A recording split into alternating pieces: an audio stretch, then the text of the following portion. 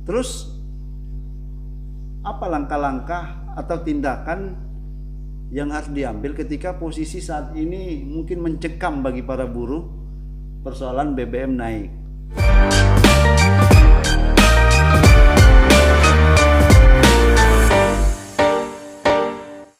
Bung Guntur, selamat malam. Selamat malam Bung Idris. Nah, luar biasa. Hari ini saya bertemu Mas Guntur ini yang membidangi ini seperti apa ya? Apa nama ini? Backingnya atau backupnya para pekerja ini yang ada di Provinsi Jambi. Iya.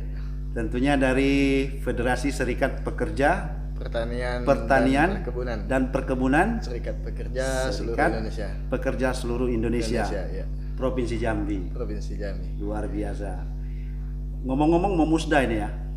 Insya Allah di tanggal 21-22 September nanti. Artinya lusa dong berarti ya? Ya. Hari Rabu lusa. ya? Ya, Rabu. Sebelum masuk ke musda, saya ingin tahu dulu sekitar tentang problem yang ada di serikat pekerja lah pada umumnya ya.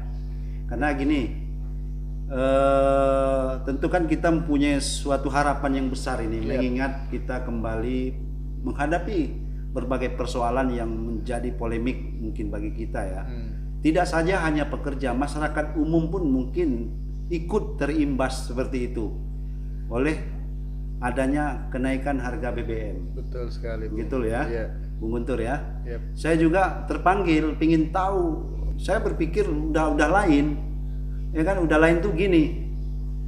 Gimana lah ya bekerja ini?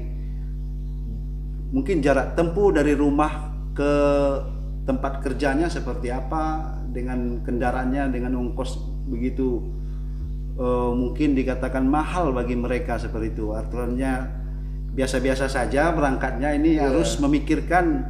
Betul sekali. Ada problem lagi nih. Sementara upah buruh hanya segitu saja. Kan itu menjadi persoalan mungkin yang harus saya tahu juga ini nih, Bung Guntur. Gimana cerita itu? Oke, Bung, makasih lah.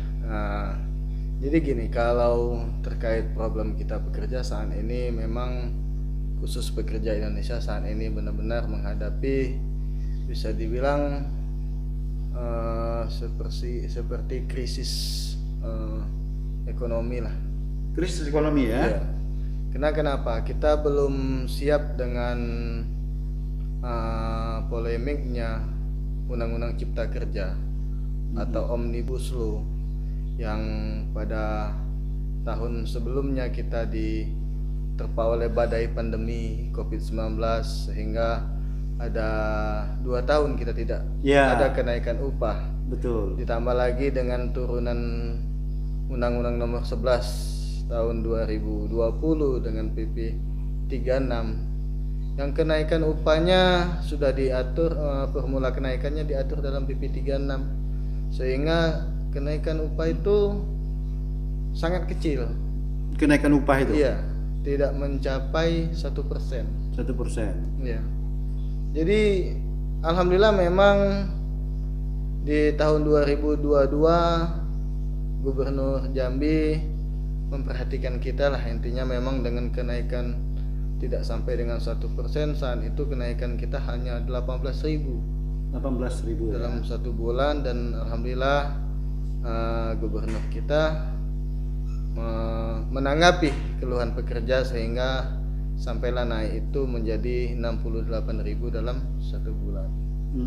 Nah, jadi ya walaupun dalam keadaan sulit, pekerja ini ya mau tidak mau, karena Omnibus Law atau Undang-Undang Cipta Kerja harus kami jalani kan, walaupun tertatih-tatih ataupun dengan penderitaan yang luar biasa harus menjalani Undang-Undang Cipta Kerja, dengan mudahnya pengusaha mem-PHK pekerja. Karena dengan ketentuan Undang-Undang Nomor 13 saja itu banyak pekerja-pekerja yang di PHK. Apalagi dengan ketentuan yang sudah diatur di PP 35 itu 50% hilang tenaga kerjanya. Baik tenaga kerja ataupun untuk hak pesangonnya. Hak pesangonnya. Jadi dengan gampangnya pengusaha mem-PHK pekerja. Dan itu rupanya belum juga selesai. Belum juga selesai. Urgennya apa tuh? Polemiknya apa? Nggak selesai itu tuh. Ya ini salah satunya ditambah dengan kenaikan BBM ini. Ya, sangat urgent sekali. Ya, karena kita gini. Dengan inflasi kita yang tinggi, pendapatan yang segitu saja tidak imbang. Ya memang betul subsidi dikucurkan oleh pemerintah untuk tenaga kerja ataupun bansos lainnya yang diturunkan, itu tidak menjamin membantu kami pekerja. Karena di mana kenaikan BBM Pertalite itu dari 6.750 menjadi 10.000, sangat jauh selisihnya kan Bung? Ya. Kan begitu. Itu tidak hanya BBM-nya yang naik, kan gitu. Sudah pasti untuk sembako naik. Pabrik beras mana yang mau kirim harga beras sama dengan menerima harga BBM naik? Kan gitu. Kalau beras sekarang harganya 10.000, begitu BBM naik, harga beras tetap 10.000. Pabrik beras mana? Belum tentu itu terjadi. Belum tentu itu terjadi. Ini salah satu loh, ini kebutuhan pokok. Ya. Belum yang lainnya. Cabai sudah pasti naik, gula sudah pasti naik. Ini kan kebutuhan pokok. Garam kita sudah pasti naik. Sedangkan bantuan BLT itu 150 ya 150 yang bantuan dari pusat ya, dari pemerintah pusat, ya. Iya. 150 selama 1 bulan. Sampai nggak itu semua? Kalau untuk saat ini pekerja belum sampai ke pekerja, baru wacana. Ya, wacana dan kemungkinan katanya akan dapatkan kayak gitu, akan diberikan ke sekitar 20 juta pekerja ya yang akan dikucurkan. Namun sampai saat ini memang pendataan itu melalui Kementerian Tenaga Kerja kan. Namun walaupun itu diberikan, itu tidak bisa menjamin pekerja itu sejahtera. Karena pada intinya pemerintah itu dipilih oleh rakyat itu kan untuk mensejahterakan rakyatnya. Betul. Tapi kalau dengan situasi BBM seperti ini dari mana? Oke. Jadi Bang Guntur bekerja di dalam berarti kan? Betul. Saya memang sebagai pengurus Serikat Pekerja, memang saya juga mewakili untuk saat ini saya sekretaris FSP3 SPSI Kabupaten Batanghari. Namun saya juga masih menjadi buruh juga. Masih menjadi pekerja juga di salah satu perusahaan swasta. Dan saya benar-benar sangat merasakan langsung dampak dari kenaikan BBM ini. Ditambah lagi BBM ini bukan hanya naik, Bung Idris, tetapi langka. Iya. Ini juga yang jadi lucunya di situ. Udah naik, langka pula ya. Nah, jadi memang ini menjadi polemik betul untuk pekerja. Upah yang tidak naik, BBM naik, ditambah lagi kita sudah mau mendekati tahun 2023 dengan formula PP 36 ya. Kenaikan upah tidak akan mencapai 1%. Bagaimana yang dibilang mensejahterakan rakyat itu yang seperti apa? Kan seperti itu. Inflasi kita tinggi. Ya. Itu yang jadi masalah sekarang ini. Artinya kan ini yang dirasakan oleh para pekerja, mungkin mewakili lah, Mas Guntur ya. Iya. Mewakili. Tentu sangat berdampak luas terhadap mungkin katakanlah sebuah kebutuhan ya. Betul sekali, Bung. Itu yang terutama. Terus apa langkah-langkah atau tindakan yang harus diambil ketika posisi saat ini mungkin mencekam bagi para buruh persoalan BBM naik?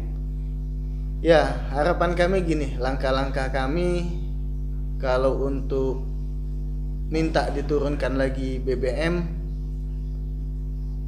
dibilang sulit, rasanya memang lumayan sulit. Tidak akan mungkin terjadi turun. Iya. Rasanya tidak mungkin lagi terjadi turun, tetapi itu bisa saja terjadi turun apabila pemerintah memperhatikan rakyatnya. Kan seperti itu. Jadi ya kalau kami intinya kami akan membuat langkah-langkah terutama di pekerja. Ya, Karena ditambah lagi makan pekerja ini kan bukan hanya sekedar makan, Bung Idris. betul. Kita pendidikannya harus diperhatikan. Oke. Iya. Sekarang saja yang namanya pendidikan itu wajib 9 tahun itu mayoritas tidak ada guna. Kenapa saya bilang tidak ada guna? 9 tahun. Sarjana saja saat ini banyak yang nganggur loh, Pak. Iya. Bung Idris, iya. Banyak yang nganggur. Apalagi hanya sekedar 9 tahun. Yang 13 tahun saja banyak yang nganggur, yang kayak gitu. Nah, bagaimana pekerja mau mengejar cita-cita anaknya? Sedangkan kebutuhan makan aja, sandang pangan dia saja terancam untuk saat ini. Ya. Itu yang jadi masalah. Nah, dan memang kami harus membuat langkah-langkah bagaimana pekerja ini dengan situasi BBM naik saat ini, kesejahteraan pekerja itu tetap kami kawal. Kami kawal, kami akan memberikan perlindungan hukum. Salah satunya ini di Musda, kita di sini ada gubernur nanti. Alhamdulillah gubernur kita sangat open dengan kita, bahkan beliau menyediakan rumah dinasnya untuk kesiapan Musda kita. Musda ini ya. Disiapkan. Jadi harapan kami sih dengan gubernur tetaplah seperti yang lalu, macam mana menaikkan UMP Jambi di tahun 2022, dan itu akan tetap dilakukannya di tahun 2023 nanti. 2023 nanti. Iya, karena tidak ada jalan lain selain menaikkan upah pekerja. Kalau hanya mengikuti formula PP 36, ya seperti inilah terus. Jadi memang PP 36 terus dihapuskan. Harus omnibus law wajib dihapuskan. Iya, karena bukan hanya berdampak untuk upah pekerja, bahkan ini akan berdampak makin luasnya pengangguran. Ya. Di PP 35 celah-celah untuk mem-PHK itu sangat gampang. Oke, Iya. Mas Guntur. Artinya sampai saat ini Undang-Undang Cipta Kerja itu juga belum terhapuskan kan? Belum terhapuskan walaupun Hingga saat sekarang ya. ya, walaupun secara Sudah semua lini, semua pergerakan mulai dari aktivis apa kayak namanya yang bersentuhan dengan para buruh dan pekerja juga bersuara, juga belum ada tindakan. belum ada tindakan. Belum ada tindakan ya. Dengan putusan MK yang menyatakan omnibus law itu inkonstitusional pun ya, kalau pandangan kami ya MK sudah mengetahui bahwa omnibus law itu cacat formil kan. Ya. Nah, jadi lucu saja kalau sudah dinyatakan cacat formil harus masih dijalankan. Diberikan kesempatan kepada DPR untuk merevisi. Oh, itu. Sebenarnya kalau memang omnibus law ini sudah dinyatakan cacat formilnya, maka sebelum ini direvisi, omnibus law jangan dijalankan. Jangan diterbitkan Jangan begitu ya. diterbitkan. Ya. Tapi kan ini lucu, sudah tahu tidak memenuhi syarat tapi masih dijalankan dan diberikan kesempatan untuk merevisi. Dan yang saat ini DPR sudah berhasil merevisi Undang-Undang Nomor 12 tentang tata cara pembuatan undang-undang. Artinya Kementerian Ketenagakerjaan dong yang salah. Betul. Atau ada ini? Kita tidak bisa menyalahkan ya, tetapi intinya di sini ya kayak mana ya, wakil-wakil rakyat kita harus berpikir loh, kan gitu. Ya. Mereka itu kan yang memilih kita loh, rakyat. Kenapa sekarang begitu membahas terkait rakyat tidak diperhatikan? Apa sih dampak-dampaknya? Kan seperti itu. Ini kan tidak, yang penting jalan udah gitu loh. Tidak memikirkan efeknya seperti apa. Lihat loh, nggak hanya di Jambi, di provinsi-provinsi lain PHK itu sangat besar saat ini. Saat sekarang ya. Sangat besar. Dan saya mengawal ini semua. Intinya memang saya itu memang fokusnya di Jambi. Tapi kan kita tidak bisa melihat skala di Jambi saja, kita harus melihat skala besarnya. Karena FSP 3 SPS ini tidak berdiri di Jambi saja, Indonesia. Betul. Setiap sudut dia ada, kan kayak gitu. Jadi memang di sini memang untuk perhatian pemerintah lah ke rakyat itu sangat kurang. Oke. Kira-kira dengan adanya kenaikan BBM, selain inflasi tertinggi, kita menghadapi situasi inflasi tertinggi, BBM naik. Kita punya gerakan atau apa nanti untuk menghadapi ini? Untuk saat ini kami masih fokus dengan Musda, dan untuk gerakan rencana-rencana itu memang ada untuk mendobrak BBM ini kan, bagaimana semaksimal mungkin kalau bisa turun, kembalikan seperti semula. Karena yang saat lalu saja pekerja sudah terdampak terhadap Omnibus Law. Oke. Ya, apalagi dengan kenaikan BBM ini sangat mencekik kami lah. Ya, kebutuhan kami intinya memang betul macam pekerja ini kan rata-rata anaknya sudah SMP, SMA, biaya PP aja minyak 1 liter, 2 liter. Kalau tadinya dengan 2 liter dia cukup 15.000, 20.000 sudah sama jajan. Sekarang saja 20.000 belum cukup untuk minyaknya. Artinya sudah terancam juga ya? Betul, sangat terancam sekali. Nah, dan ini yang tidak diawasi oleh pemerintah. Jadi yang dia hanya memikirkan ya Pertamina rugi. Dari mana gitu loh rugi. Tapi banyak loh pom-pom bensin yang sudah buka baru-baru. Kalau memang Pertamina itu rugi, tidak akan banyak pengusaha membuka pom-pom minyak. Dari sini saja lah. Ya, kita lihat dengan kasat mata saja lah. Rakyat juga bisa melihat. Di sudut sana sudah bangun pom punya si A, sudut sini sudah bangun pom bensin punya si A, si B, si C, kan kayak gitu. Kalau memang Pertamina rugi, tidak mungkin pembangunan pom makin banyak. Dari sana saja kita sudah melihat, kan itu. Nah, ya kalau memang rugi janganlah rakyat yang diimbaskan, menanggung bebannya. Kami lagi pekerja ini Bung Idris, lebih dari PTKP kami dalam 1 bulan, kami wajib membayar pajak.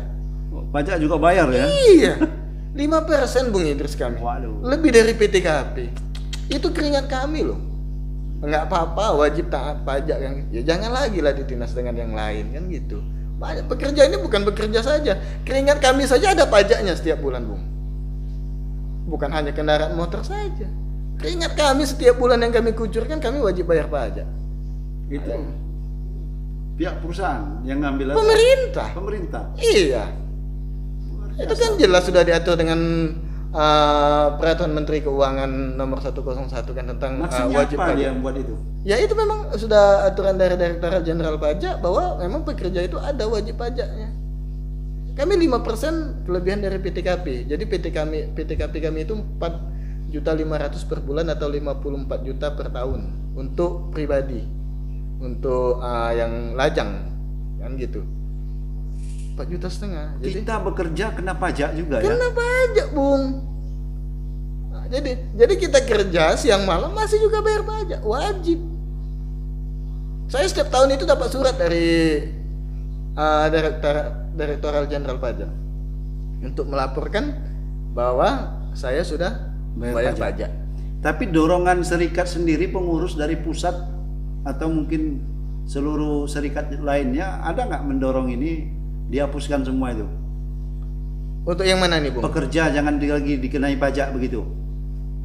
Sebenarnya kalau usaha itu sudah dilakukan, intinya namun ya sepertinya tidak ada gubrisan ya. Intinya memang sudah peraturan pemerintah bahwa rakyat itu wajib taat pajak kan, terutama pekerja karena sudah diatur dari Peraturan Menteri Keuangan nomor 101 kan terkait pajak penghasilan pekerja kan, penghasilan pajak pribadi kan. Jadi memang itu sudah diatur ketentuannya. Namun kami tidak hal sebenarnya seperti itu kan. Kita sebagai warga negara wajib taat pajak kan. Namun dengan kejadian dijalankan undang-undang Omnibus Law ya, dinaikkan lagi BBM. Jadi di mana lagi kenyamanan kami sebagai pekerja ini? Itu saja yang kami minta. Kenyamanan kami sebagai pekerja ini di mana lagi? Itulah yang menjadi sebuah tuntutan-tuntutan di mana di berbagai daerah ya. Iya, memang betul banyak undang-undang yang dibuat untuk tenaga kerja seperti PP 78 susu yang mengatur susu struktur skala upah. Tapi itu juga tidak menjadi jaminan. Karena kenapa? PP 78 tidak ditegaskan berapa persen sih harus naik dari UMP susu itu. Tidak ada kuncian di situ, Bung. Tidak ada kuncian di situ. Berapa persen harus naikkan? Intinya pengusaha wajib menjalankan susu struktur skala upah. Bagi pekerja untuk UMP itu memang berlakunya untuk pekerja yang masa kerjanya maksimal 1 tahun. Selebih dari 1 tahun itu wajib dijalankan susunya struktur skala upah. Mas Guntur. Emang selama ini pihak perusahaan tidak mau tahu atau bagaimana persoalan kenaikan upah? Kok harus kita pemerintah aja yang kita tuntut? Sebenarnya gini, ada juga kenapa nggak kita tuntut dari perusahaannya yang minta naik gitu? bisa. Ada sebagian pengusaha itu memang yang memperhatikan pekerjanya. Banyak pengusaha yang memberikan upah pekerja itu di atas UMP. Banyak lah. Contohnya ada beberapa perusahaan yang di bawah naungan kita kan, ada yang memang memperhatikan pekerja sampai ada yang 1%, 2% dari UMP dia kasih kebijakan kan, dan belum lagi diperlakukannya grade kan. Namun kan tidak semua, Bung. Nah, inilah harapan kami dengan Pak Gubernur nanti ya. Bagaimana dia mendorong bupati-bupatinya, dinas-dinas tenaga kerjanya untuk mengawal pengusaha-pengusaha yang tidak taat atas aturan hukum yang telah dibuat oleh pemerintah. Kan seperti itu. Masih banyak pengusaha-pengusaha itu melanggar, Pak. Ini, Bung. Masih banyak sekali. Masih banyak ya. Iya. Bahkan kita juga kalau tidak ada support dari pemerintah, kita nggak kuat. Makanya kita selalu menuntut ke pemerintah. Menuntut ke pemerintah, karena pemerintah itu sangat berperan aktif lah. Terutama kami sebagai serikat pekerja ini, Bung, tanpa pemerintah sadari, kami merasa kami sangat membantu pemerintah loh. Betul. Kenapa? Undang-Undang Tenaga Kerja, Undang-Undang Nomor 13, PP Nomor 78, PP 35, PP 36, Undang-Undang Cipta Kerja atau Nomor 11. Ini kalau tidak dikawal oleh serikat pekerja, ini bakal bablas. Bakal bablas ini. Sedangkan dikawal saja, lihat saja di PN Jambi. Berapa kasus yang dinaikkan oleh FSP 3? Sangat banyak ya. Sangat banyak. Udah berapa banyaknya? Wah, nggak kehitung lagi lah. Ini baru di provinsi, belum yang kami naikkan dari kabupaten. Salah satunya kasus apa yang paling apa? Kenaikan upah dan PKWT. Iya. Bahkan dengan putusan gubernur kemarin saja, sampai saat ini masih ada perusahaan yang tidak mau menaikkan upahnya. Iya. Nah, padahal sudah keluar keputusan padahal gubernur. sudah keluar. Ini juga ya menjadi Iya. persoalan ya. Nah, inilah yang fungsinya harapan kami kepada Pak Gub dan pemerintahan, Dinas Tenaga Kerja mensupport kami untuk mengawal ini semua. Saya yakin kalau tidak ada serikat pekerja tidak akan mampu Dinas Tenaga Kerja mengawal berapa banyak perusahaan di Provinsi Jambi. Tidak akan mampu, Bung. Banyak, Bung. Betul. Di Kabupaten Batanghari itu proses 90 pabrik sawit ada. Dari mana orang isi kantor itu paling banyak 20 orang? Betul. Kalau tidak perannya serikat pekerja. Ya, kami hanya ingin sih mana ketentuan bagi pengusaha-pengusaha yang melanggar, sanksi-sanksi itu yang harus mereka dapatkan, ini harus ditegaskan oleh pemerintah melalui kami. Ya, ini memang sangat penting pemerintah itu. Pemerintah nggak bisa tutup mata. Kalau memang niat dan tujuannya mensejahterakan rakyatnya. Ya, kami tidak minta upah loh. Kalau Dinas Tenaga Kerja wajar dibayar oleh pemerintah. Kami ada Dinas Tenaga Kerja membayar kami atau pemerintah membayar serikat pekerja? Tidak ada.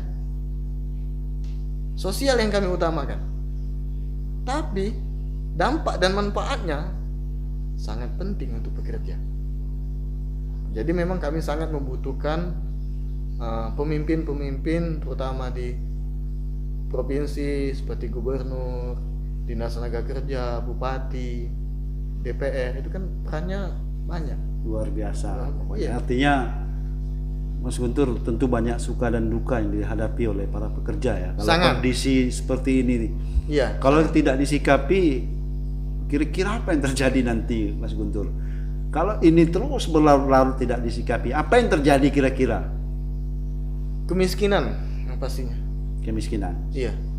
Kemiskinan itu intinya begini. Para pekerja atau memang tidak ada lagi yang mau bekerja atau bagaimana? Para pekerja itu banyak yang mau bekerja tapi sudah terpaksa. Terpaksa. Karena tidak ada pilihan. Tidak bekerja akan menjadi pengangguran, bekerja ya Seperti penjajah. seperti penjajah.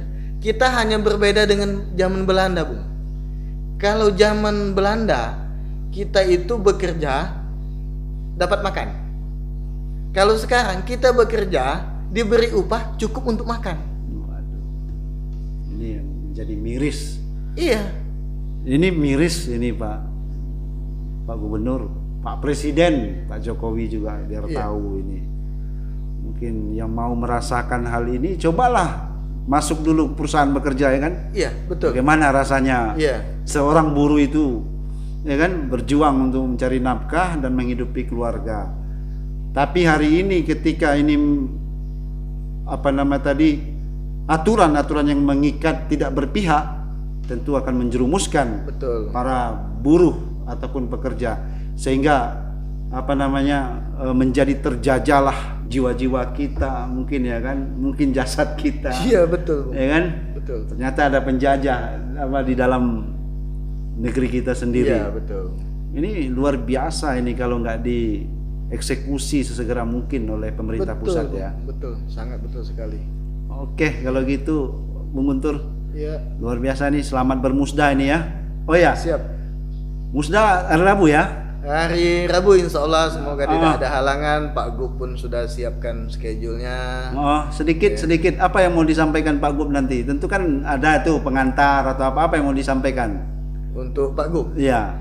Ya, kalau kami hanya minta ke Pak Gub, tetaplah amanah menjadi pemimpin.